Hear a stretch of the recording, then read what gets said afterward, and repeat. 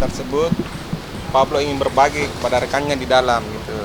Ya mungkin dengan ini semua masalahnya paling tidak bisa bisa terselesaikan. Mohon doanya semua karena hari ini Pablo ulang tahun gitu.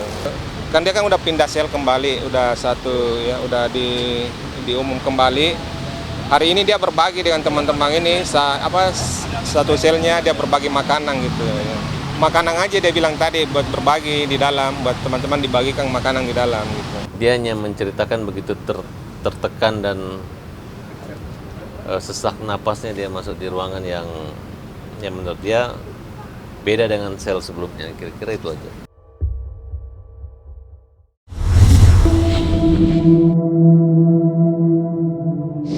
Awalnya kita tanda booking dulu 5 juta, lalu menyerah transfer 54%. Setelah itu sekitar dijanjikan 14 hari bisa serah terima kendaraan, gitu. Tapi proses serah terima kendaraan ini sendiri itu tidak langsung diterima, harus dikejar-kejar.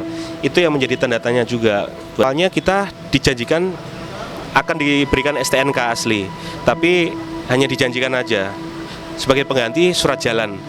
Dan surat jalan ini ternyata setelah ditelusuri adalah palsu, dikeluarkan dari Polda Sumatera Utara. Saya pikir ini mungkin kesalahan yang sangat besar buat dia ya. Jadi masuk unsur pemalsuan seperti ini. Dan saya pikir ini saya mengapresiasi pihak kepolisian jika bisa mengusut dari siapa yang mengeluarkan surat keterangan jalan ini. Saya pikir ini titik awal untuk bisa menelusuri ini, karena ini kan kejahatan ini, supaya tidak terjadi pada korban-korban yang lain yang berikutnya.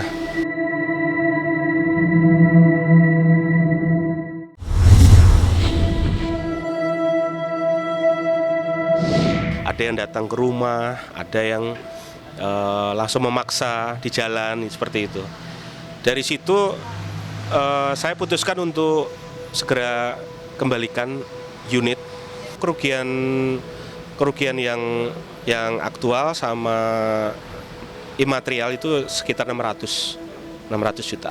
Saya mendengar yang dari Madiun, KPR-nya yang namanya Pak Yanuar itu sekitar 1 miliar dia kerugian, 1 miliar. Karena dia semacam melakukan franchise dengan pihak perusahaan ini, lalu ada dana yang harus dia setor, ya kan, harus ada unit yang dia gunakan, itu kerugian sekitar 1 miliar dia.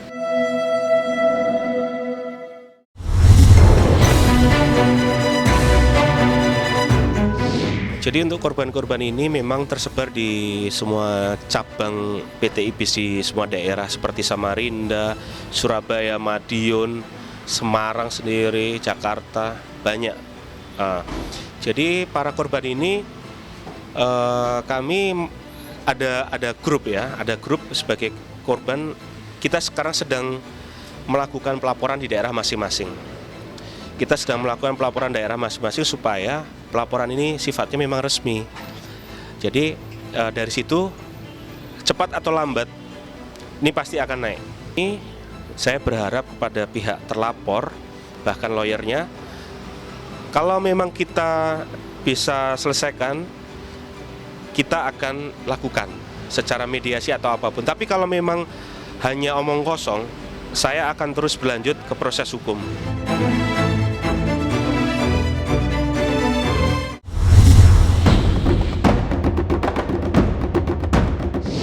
Bahwa kasus ini memang murni kasus dugaan tindak pidana penipuan, di mana diatur dalam pasal 372 KUHP ya.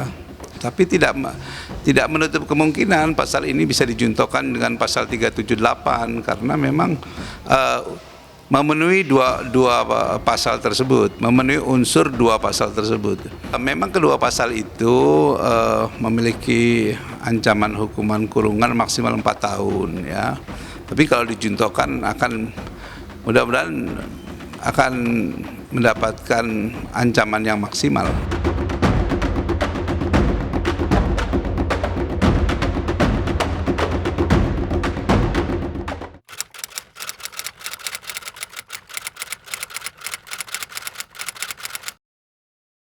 Jadi jangan lupa untuk subscribe Cumi Cumi.